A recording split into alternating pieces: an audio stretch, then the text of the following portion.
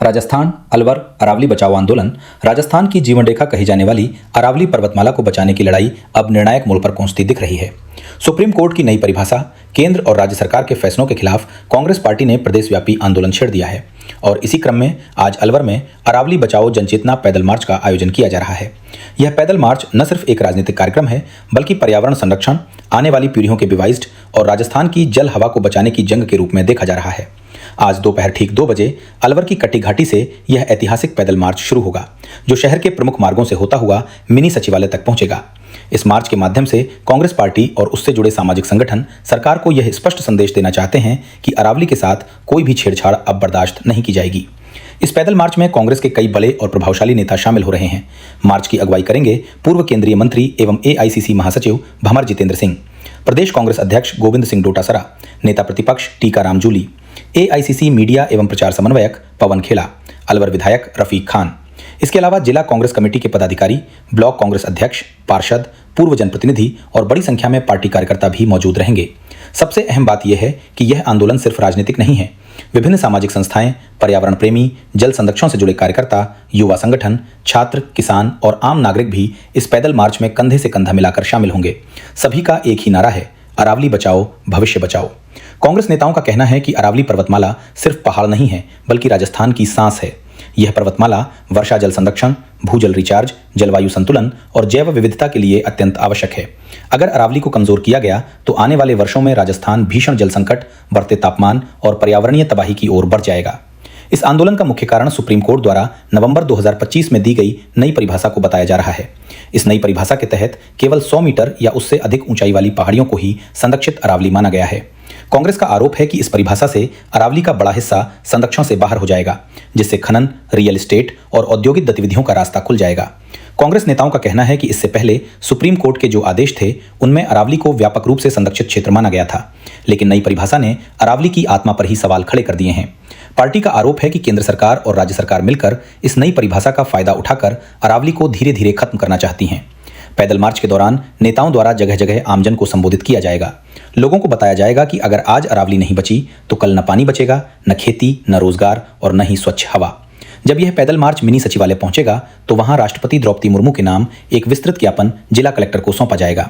इस ज्ञापन में अब तक चले अरावली बचाओ आंदोलनों का पूरा विवरण, सुप्रीम कोर्ट के पुराने आदेशों और नई परिभाषा की तुलना, नवंबर 2025 की नई परिभाषा से होने वाले नुकसान, केंद्र सरकार के निर्देश और राज्य सरकार के मौजूदा रुख। कांग्रेस का साफ कहना है कि अगर सरकार ने अरावली को लेकर अपने फैसले वापस नहीं लिए तो यह आंदोलन और तेज किया जाएगा, जिसे आने वाले दिनों में पूरे राजस्थान में फैलाया जाएगा। जरूरत पड़ी तो दिल्ली तक आवाज उठाई जाएगी। फिलहाल अलवर में सुरक्षा के पुख्ता इंतजाम किए गए हैं। प्रशासन पूरी स्थिति पर नजर बनाए हुए है। ट्रैफिक व्यवस्था में भी आंशिक बदलाव किए गए हैं ताकि पैदल मार्च के दौरान कोई अव्यवस्था न हो। तो कुल मिलाकर अरावली बचाने की जंग आज अलवर से एक नई ताकत के साथ शुरू हो रही है। यह देखना बेहद अहम होगा कि सरकार इस जन आंदोलन को कितनी गंभीरता से लेती है। अरावली बचाओ! अरावली बचाओ! अब हमारे बीच में प्रभारी रमेश खंडेलवाल जी हैं, मैं उनसे आग्रह करूंगा कि वो भी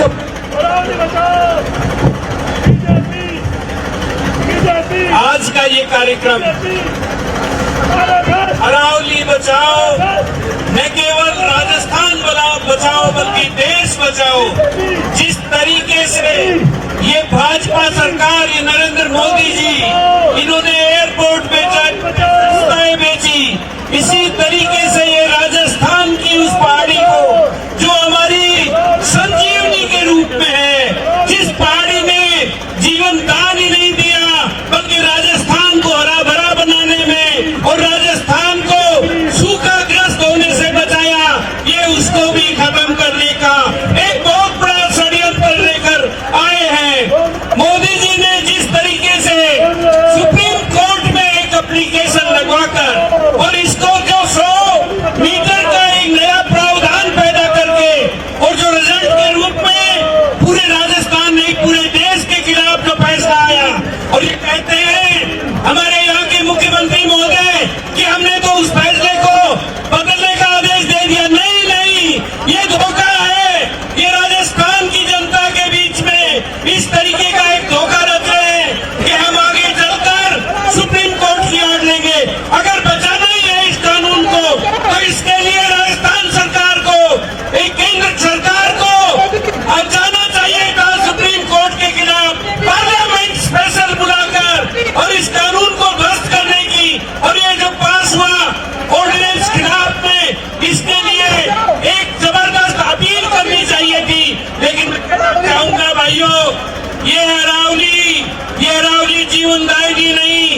संजीवनी का काम भी करती है। राजस्थान के लोगों को, आम दलित के लोगों को, आम मजदूर लोगों के लिए ये, इसलिए मैं कहना चाहूंगा जिस तरीके से एकजुटता आज अलवर में जो नजर आ रही है, ये ऐतिहासिक नजर आ रहा है ये नजारा। और ये नजारा कहता है, ये एकता कहती है कि नरेंद्र मोदी की सरकार का ये आखिरी निशान होगी जिस पे ये सरकार खत्म हो जाएगी। आप लोगों को नए जगाए और इस सरकार के खिलाफ एकजुट करने में महत्वपूर्ण भूमिका निभाए।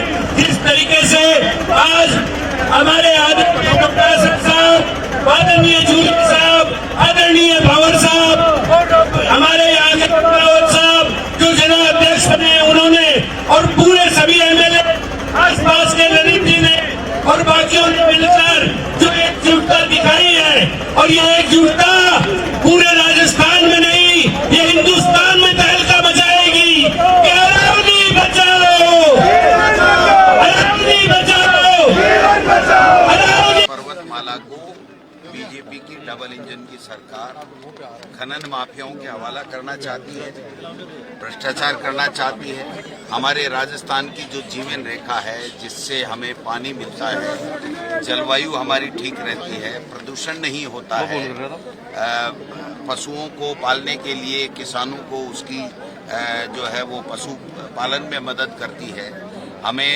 तेज आंधियों से बचाती है, हमें तेज धूप से बचाती है, और हमारे इस अरावली पर्वतमाला में हजारों देवी देवताएं निवास करते हैं, उनके देवालय बने हुए हैं। उन सबको ये मोदी जी की और भजनलाल जी की सरकार मिल करके इसको खनन माफियाओं के हवाले करना चाहती है, और उन्होंने इस तरीके का जो है वो रिपोर्ट पेश करके सुप्रीम कोर्ट के फैसले की आड़ में ये लोग बाग इस अरावली को खाना चाहते हैं। इसको हमारे जो राजस्थान की आत्मा है उसको खत्म करना चाहते हैं। केंद्र सरकार कह रही है कि कांग्रेस भ्रम फैला रही है, तो वो वापस ले लें। जो इन्होंने 100 मीटर का जो मापदंड अपनाया है, और जिससे 100 मीटर की चोटी से दूसरी चोटी के बीच में अगर 500 मीटर से अधिक दूरी हुई तो वो इनके हवाले हो जाएगी।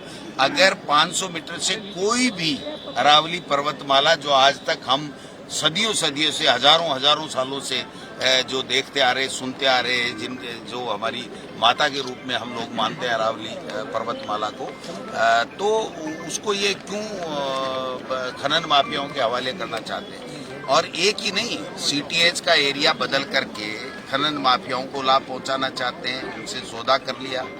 और जिले का जो जिला हमारी कांग्रेस की सरकार ने बनाया था, उस जिले को व्यवसायिक हिस्सा देने के लिए उसका स्थान परिवर्तन भी कर रहे हैं। कोई एक काम थोड़ी कर रहे हैं, ये तो सब कुछ कर रहे हैं। काम का अधिकार, राइट टू वर्क, मनरेगा, उसको भी कानून को ही परिवर्तित कर दिया। महात्मा गांधी जी तक को इन्होंने नहीं छोड़ा, अरावली पर्वतमाला को इन्होंने नहीं छोड़ा। इस देश को बर्बाद करने में लगे हुए हैं। न इनकी उसमें न तो किसान है, न कोई खनिज संपदा है, न कोई और है, केवल और केवल भ्रष्टाचार, और वो भी माफियाओं के हवाले करने का इनका एजेंडा। अवैध खनन न पहले कांग्रेस के राज में रुक रहा था, न अब रुक रहा है, इसके बारे में क्या कहें? और जो आपको सूचना देता है सुरक्षा, उसकी सुरक्षा पर कुछ है आपका एजेंडा? मैं समझता हूँ कि जो आज तो सरकार है ना, तो सरकार है, तो सरकार से ही सवाल पूछे जाएंगे। अब नेहरू जी को, इंदिरा जी को, राजीव जी को, उनको गाड़ी देने से तो कोई काम चलेगा नहीं। तो 12 साल से ऊपर लगभग हो गए केंद्र की सरकार को, तो उन्होंने क्या रोड मैप बनाया? क्या ये अरावली पर्वतमाला को जो है वो खनन माफियाओं के हवाले करने का ही नियम लेकर के आए? इसको संरक्षण का संकल्प पत्र में इनके में है कि इसको ग्रीन कॉरिडोर बना करके संरक्षित किया जाएगा, और संरक्षित करने के बजाय इनको खनन माफियाओं के हवाले कर दिया है। वो कह रहे हैं कि सर गहलोत के समय में खनन के ज्यादा पट्टे दिए गए, जबकि तो अभी तो 52 तो अभी दे दिए इन्होंने पहले माइनिंग प्लान कैसे बनाया ये बताओ आप। ये 52 तो इस अरावली पर्वतमाला का ये जो ऑर्डर आया उसके 3 दिन बाद में ही जारी कर दी, यानी पहले से तैयारी थी कि यही फैसला आना है और हमको हमारे लोगों को बेजा फायदा पहुंचाना है। तो दिए गए ऐसे जो है वो लेकिन अब बातों बातों पूर्ण से जो कुछ नए नहीं पट्टे चलता। हैं उन पर पूर्णतः रोक लगा दी गई है। नहीं और कोई- जो कोई रोक परिभाषा नहीं थी लगाई उसको है। डिफेंड आप करते हुए जो समझिए पर्यावरण मेरी मंत्री ने बात को, कहा, ये सब भ्रम फैलाने वाली बात है।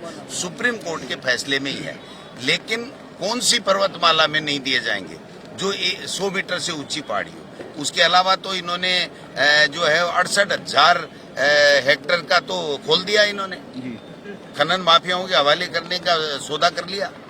लेकिन कॉन्फ्रेंस में डीडी न्यूज की कॉन्फ्रेंस में ये भी बताया कि उन्होंने ये जो 100 मीटर है वो जो भूपेंद्र यादव झूठ बोलता है, केवल और केवल खनन माफियाओं के लिए काम करते हैं। केवल और केवल यहाँ अलवर के अंदर जो खनिज संपदा, जो हमारे पुरखों से बनी हुई जो संपदा है, जिसको देवी देवताओं के हमारे पूर्वज जाया करते थे, भोग लगाया करते थे, उनको खत्म करने का इनका एक जो है वो एजेंडा है। इसके अलावा कुछ भी नहीं है। वो उनको कोई पूछो ना कि ऐसी क्या नौबत आ गई कि इस फैसले को ला करके और सीटीएच को बदल के अलवर के जिले के स्थान को बदल करके आप क्या 2047 का कौन सा विकसित भारत बनाना चाहते हैं, वो तो पूछो उनको। आज कांग्रेस पर्यावरण सुरक्षा में है, अरावली बचाओ लगा रही है, लेकिन जब कांग्रेस की सरकार थी तो क्या एक बार भी ऐसा अभियान चला गया कि आप पर्यावरण को बचाओ? रोजा ने यही काम किया था। 5 साल की योजनाएं देख लो हमारी सरकार ने। गरीब को भी बचाया, नौकरियां भी दी, किसान के लिए बिजली के बिल माफ भी करे, और कोरोना के अंदर जान भी बचाई। ये तो जान लेने को तैयार हो रहे हैं। हमारा और इनका कोई मुकाबला नहीं है।